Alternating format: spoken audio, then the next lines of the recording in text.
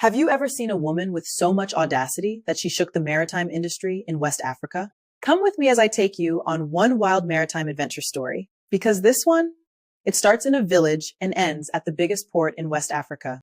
Once upon a time, there was a little girl who grew up in a small village in Kwara State, Nigeria. She came from a royal family, but a royal family in a Nigerian village in the 1960s did not mean what you think. It meant working at the farm at 6 years old. It meant hawking oranges on the streets of Lagos. Because nobody gave her pocket money, she earned it herself. And when she finally saved enough to go to London, do you know what she went there to become? She went to London to become a personal assistant. Not a CEO, not the woman who would one day run the largest seaport in West Africa.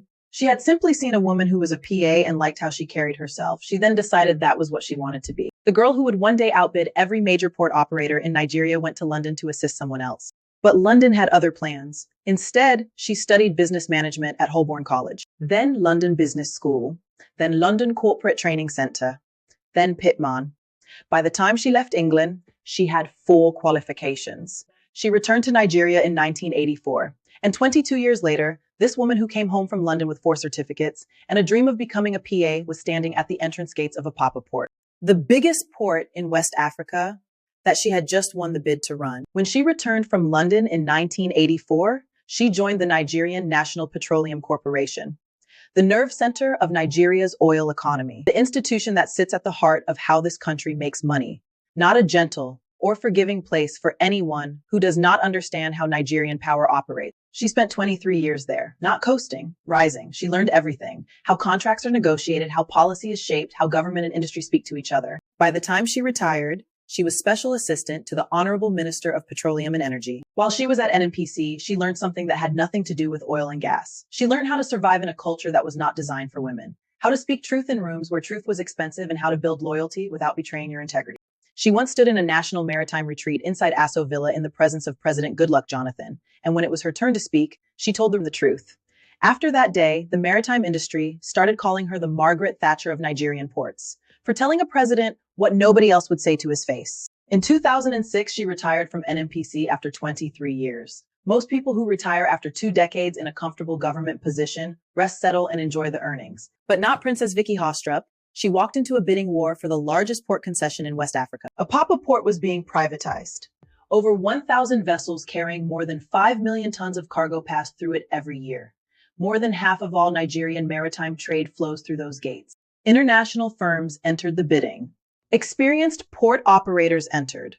And Princess Vicky Haastrup, who had never run a port, also entered. Later, her own managing director admitted something. He said she felt intimidated when she first entered the industry. Not because she was weak, but because she was honest. She walked into a room full of experts in a field she had never worked in, and instead of faking confidence, she let herself feel the weight of what she was doing.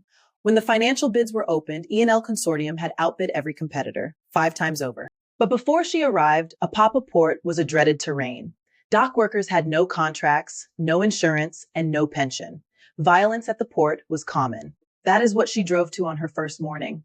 5,000 dock workers came after her. She said she heard, even while she was still at MPA, that the dock workers were saying they would kill her, that she was playing with her life. She walked in anyway.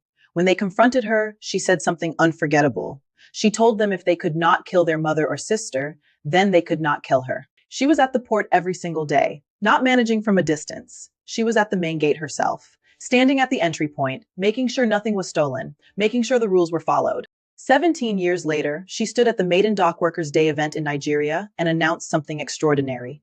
Dock worker wages had increased by 2,000%. Today, because of the reforms she drove, the collective bargaining agreements she signed, the standards she set, dock workers have health insurance, life insurance, workman's compensation, pension, gratuity, and bonuses. In 2015, in Dubai, at the Seatrade Maritime Awards, E&L Consortium won Best Port and Container Terminal Development for the Middle East, Africa, and Indian subcontinent, the first Nigerian company in the history of that award.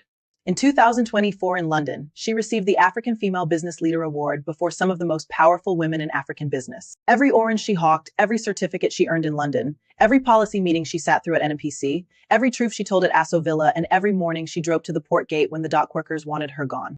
All of it was preparation for a room she didn't even know she was preparing for.